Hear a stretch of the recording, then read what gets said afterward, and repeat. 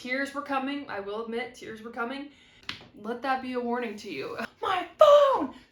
Hello everyone, welcome back to my channel. Thanks for tuning in. Happy Sunday, or whatever day you're watching.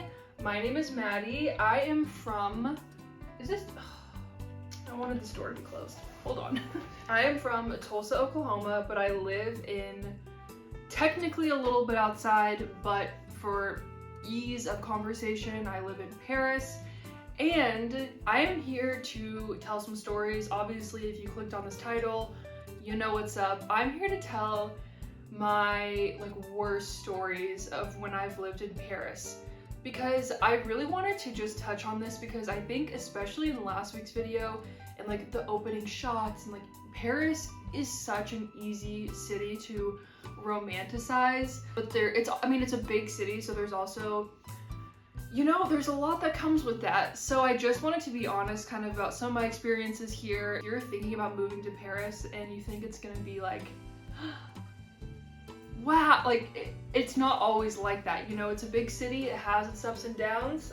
I've been pretty lucky, nothing super bad has happened to me. Also, I'm not going to talk about every single time that a man has approached me on the train and been creepy to me or made me afraid, because do you have all day? Do you have a couple hours to watch a video? Because that is a whole separate topic.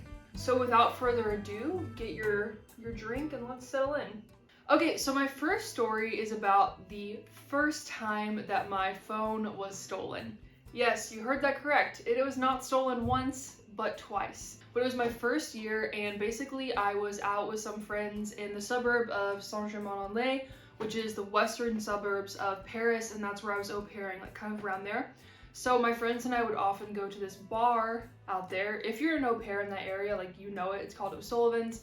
There's also locations in Paris, but many stories there. So I was with some friends having drinks there, and I decided to go into Paris and this was pretty late, around 11:30 maybe, and just to probably make not a very good decision. So I take the RER, the RER, into the city, eastbound, to go into Paris, and at Nanterre-Ville, so it's just a stop on the western suburbs. So on the RER, there are two levels. It's a double-decker train, and I was sitting on the bottom level right by the stairs, in the single chair by the stairs. So there's you walk into the train, there's kind of a platform and a couple seats, and then you can either go down or up. So I went down and sat in the seat right by the stairs. What I did not know was, in that exact position, it's prime real estate to see what phone you're holding in your hand. So I'm just sitting there listening to a podcast on my phone, being dumb, and I have my phone in my hand like this. And all of a sudden we're coming to a stop, and someone from behind me reaches down, snatches my phone out of my hand and runs. I think that he mistimed his snatch, but I'm a very reactionary person, and so when I tell you I chased this person down, it was something, in my mind, it was probably not that dramatic in real life, but in my mind, I was sprinting after him. I was my phone! Screaming at him in English. So it's pretty late at night, so there's not that many people, and it's a station where you have to go down a bunch of stairs, then you exit out. So I'm jumping down the stairs, I almost got a hold of him, and we're running down, and then we come to the turnstile where you would go to do your pass to get into the train. He jumps, I jump, and he sprints off. He's sprinting off to go out the door into the night.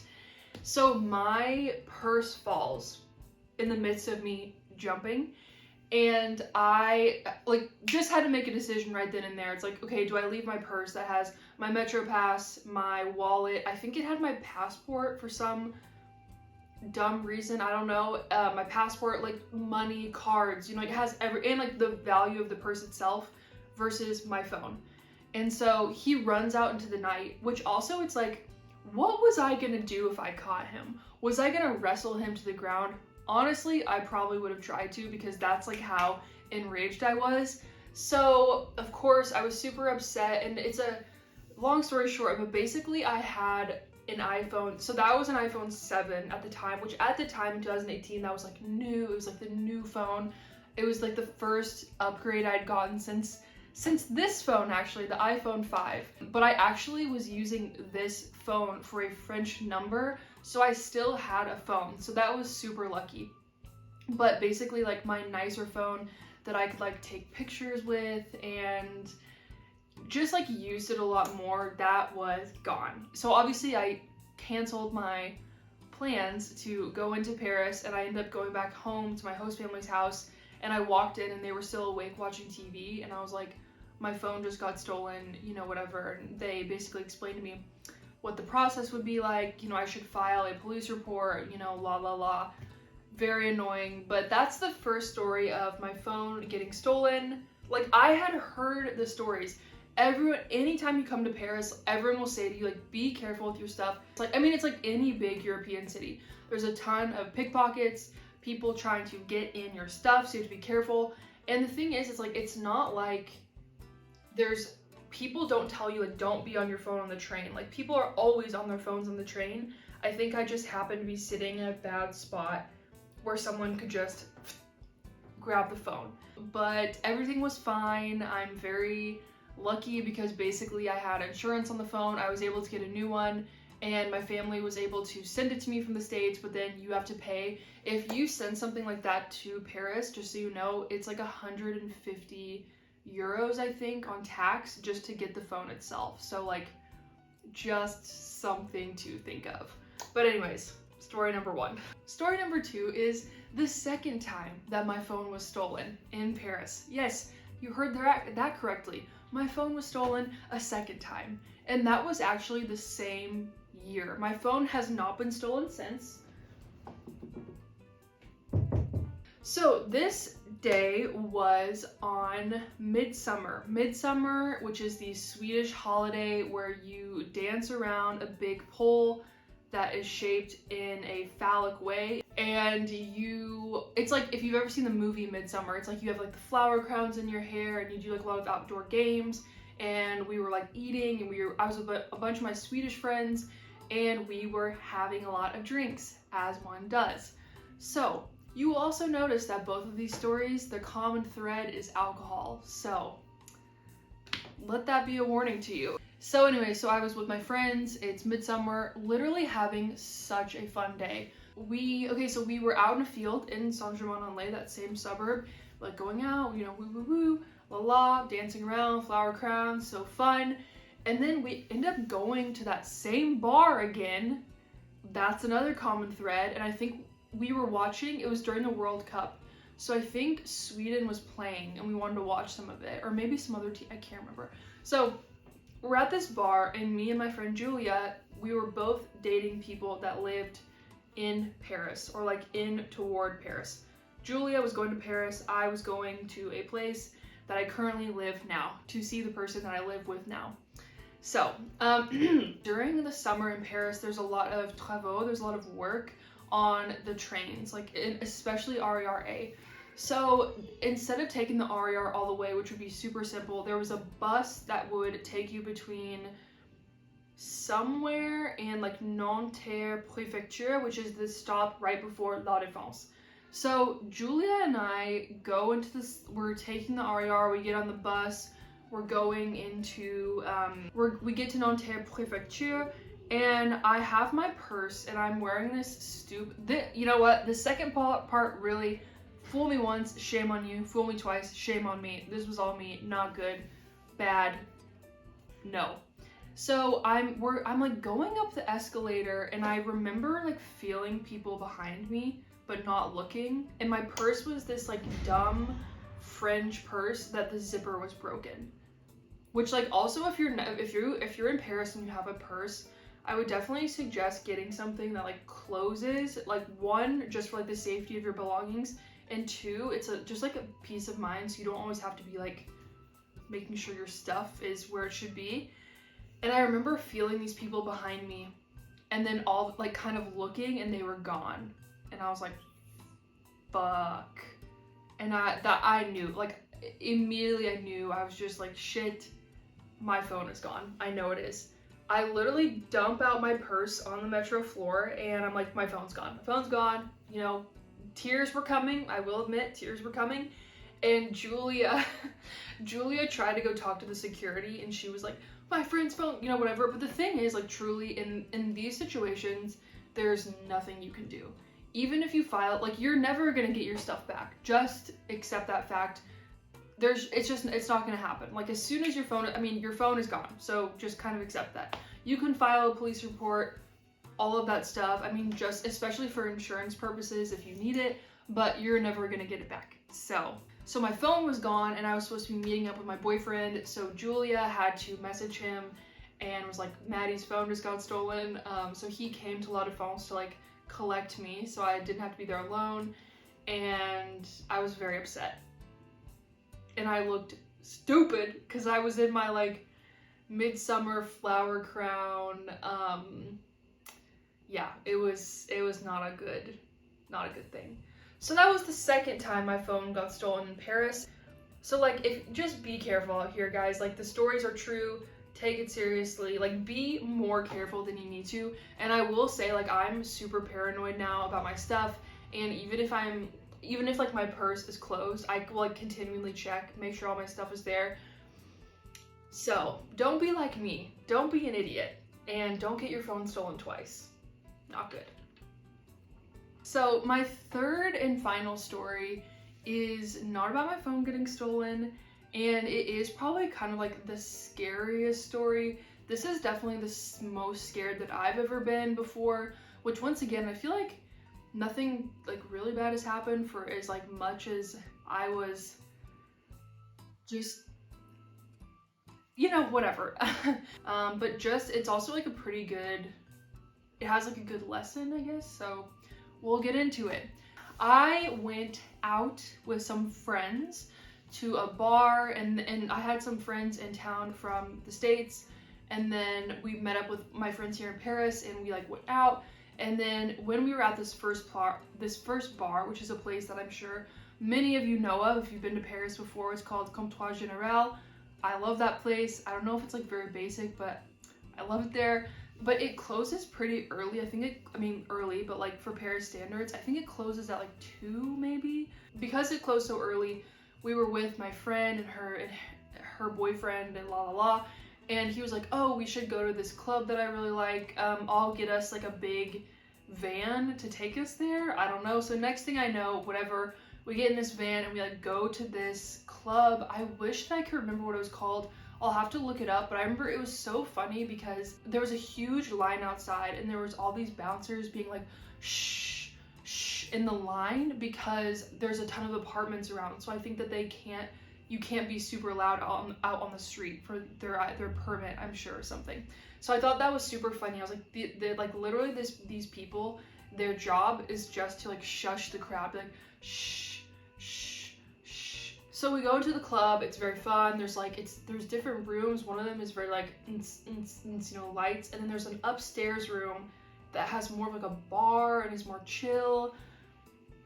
Some of my friends, they leave, with their significant others. And one of my friends, Valentina, at a certain point, she was like, I'm just gonna go home. I don't remember what the situation was, but she was gonna leave by herself. I applaud. I think it was like literally my friend Hannah was like, who was very stern and was like, do not go, like stay with us. We're all gonna go together. We're gonna leave together. Definitely do that. If you're out at a club, especially so late, like just buddy system, stick together. Even if a friend is like, I'm gonna catch an Uber, like maybe go with them or be like, hey, can you wait 30 minutes? We'll leave all together. Crucial. So eventually the morning hours are coming and we leave the club. It's me, my friend Valentina, and my friend Hannah. I think that we were gonna walk to Gare de Lyon or Gare du Nord. I think it's Gare de Lyon. I think we were gonna walk to Gare de Lyon because I think that was the things we were gonna take the RER just straight back into our suburbs, back outside. And then Valentina lived near the Arc de Triomphe, and so then she was gonna go to Charles de Gaulle d'Etoile. It was gonna be great. So we start walking, like a little drunk, whatever. And as we're walking, this isn't even like the point of the story, but as we're walking, there's like all these guys kind of like catcalling us and calling after us, like a group of guys. And I just remember like Hannah turning to me and saying like, don't speak English, because her and Valentina were Swedish. Like don't let them know that we speak English, because like even if you say like, oh, I don't speak French, people be like, oh, I can speak English, you know, like it's just like don't engage. But I don't know, I just remember at that point already feeling very wary, because there was people like kind of already following us. Like this group of guys were kind of following us down the street, and we were like, and that is scary. Like please don't follow women down the street if they're not, like it just, don't ever do that. It's very scary, don't. It's not complimentary, skirt, no. So we keep walking, and all of a sudden, my friend Hannah, we kind of go down the street, and it's pretty, like there's no one on it. It's pretty dark, it's quiet, and my friend Hannah, she turns to me and is like, this guy is following us. There's like a singular guy following us. And so we are like grabbing each other tightly, like arms and arms, like linked, so scared. And I thought he was just gonna try and like rob us or pickpocket us, like whatever. But there was 3 of us. And so we're like holding on to each other, like, and Hannah is like, get your shit, like make sure you have your purse and stuff. So I'm like holding my purse, and we're like linking together, because he was also like a pretty small man, and Hannah is like 5'10" or 6 foot. I think she might be like 6 feet tall. I'm not like a small person, and my friend Valentina also is like the same height as me, you know, whatever. So it's not like we were like small girls. So we're walking down, and the guy's like getting closer and closer, and we stop to turn and face him, because he's like coming up on us, and we're like, okay, well, we should face him. So we stop and we say like, bonsoir, and then he says, oh, bonsoir, and we were like, okay, and we stop to kind of let him pass. And all of a sudden, he like lunges and grabs my friend Valentina's butt, and we all like, we're screaming, we're like, ah! Like screaming at him, and he like backs off, because, and like I think we were all ready to like throw hands, like screaming, and he kind of backs up. We're like, what the fuck, yo, what's wrong? Like we're screaming at him, like, what the fuck is wrong with you, blah blah. And then he backs up and he flips us off and walks away. Just like the audacity to think, to get mad at us for screaming at you, because you literally just basically assaulted my friend. And Valentina starts, this is like a very dark story. I'm very sorry. I don't think I realized like how scary it was until I'm like retelling it.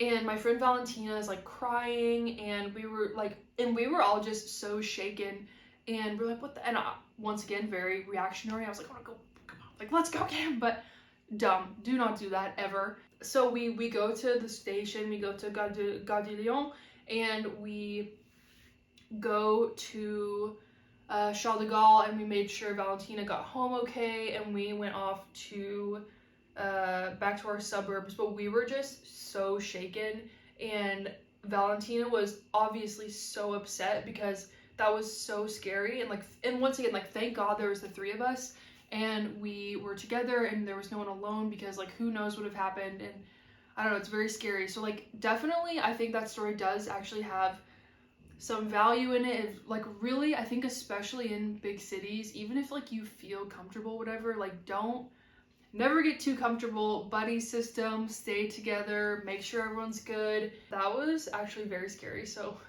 just reliving that was kind of weird. But anyways, I hope that you guys liked those stories. I know there's only 3, but like I said, those were the most pressing, and like, I cannot sit here and tell you about every single guy that has like approached me on a train very inappropriately when I don't want to talk to them, whatever. And so I hope that you guys like I said, I hope you guys learned something, and that you take my mistakes and don't do that.